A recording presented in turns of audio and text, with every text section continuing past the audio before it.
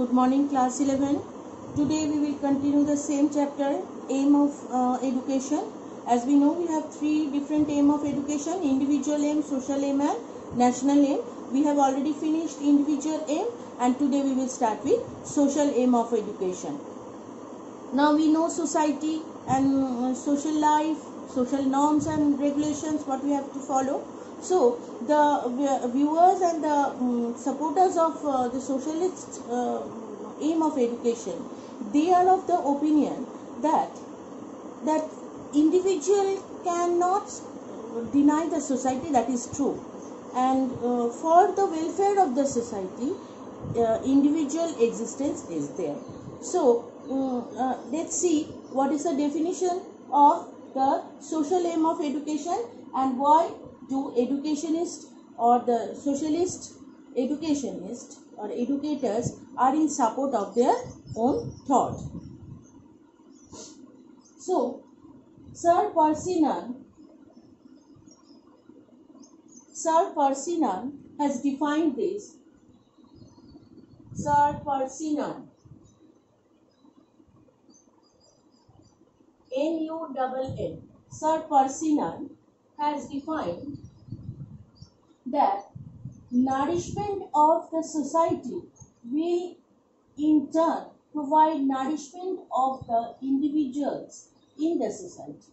So what is the definition? Sir Percy Nunn is a great socialist, as we know, and he has told that nourishment of the society will in turn provide nourishment of the individuals in the society. So if we nourish the society, society will protect the individual and society will nourish the individual. So according to this, after reading this, after going through the definition, we can understand that Percy Nunn and others are the great supporter of the society. They believe that society will take care of the individual, and after the nourishment of the society, then only society will take care of an individual. So nourishment to the individual in the society. So as we know that individual is a member, each individual are the member of the society,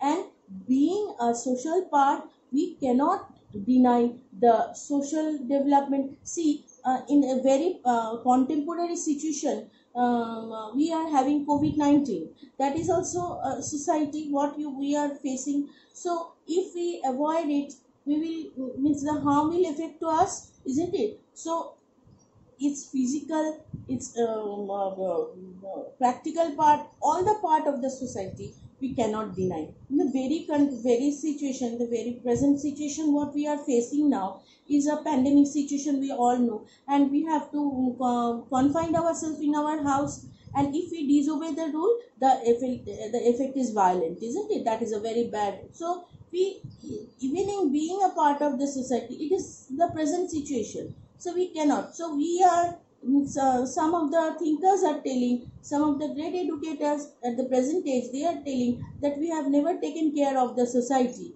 We are burning, we are destroying the forests, we are burning them with fire, and we are destroying the life of the animals. We are becoming restless, and the effect of that has fallen upon the society, and that is why, due to the effect of the society, we are facing the problem. It is a part of the thinking that the present situation is why it is like that.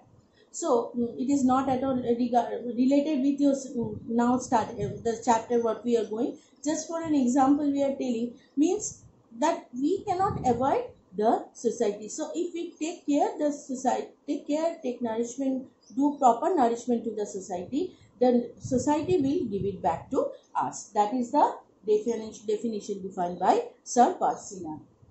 Now the next part is, why do educationists support the socialistic view of education? Now one by one, all the points you will get it in the book. Now one by one we will discuss the points. Discipline society. Number one, discipline society. What is that? See, we need at the beginning of the society, there was no such society at all. We all know, isn't it? The human beings were vagabond. They used to shift from one place to the other for their basic living, that is food and shelter, isn't it, and safety. So when the people realize that this society is very important and it is a place where some disciplines have to be maintained, the society was formed. When people were uneducated, when the people were leading a forest life, jungle life, they have no special trainer, they have no special teaching method, and they have no concept of how to live a better life. They used to take out fruits from the trees, and they used to wear clothes of leaves. So there was no such life and there was no such community. But when they feel that yes, they are insecure, and then they realize that they have to live in a group, they form the society. So it is done by the individual, it is correct, but the situation was felt by the society, just for the society. What was the story behind it?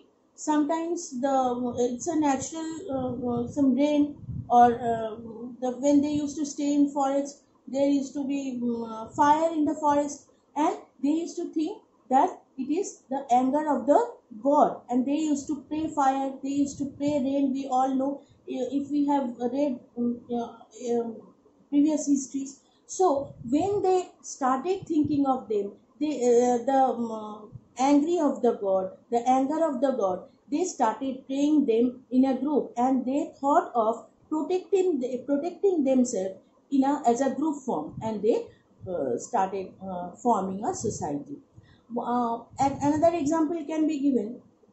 When they used to live in the forest life, the human being has to pray the animals, and they have to eat the food, and they have to meet their hunger. Now when they saw that when they are going alone, they are in a crisis, but if they approach the forest in a group form, they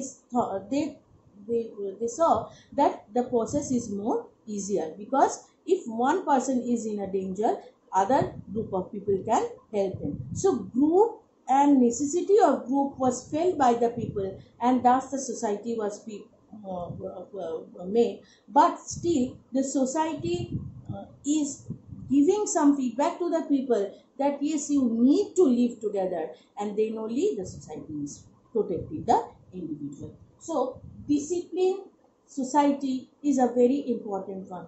If there is no society, the chaos in life of individual will occur, and it will diminish all the good things in the society, the rules and norms and regulations. Next, second point is gregariousness. Gregariousness means when people start feeling of becoming a group, so together they are forming a group.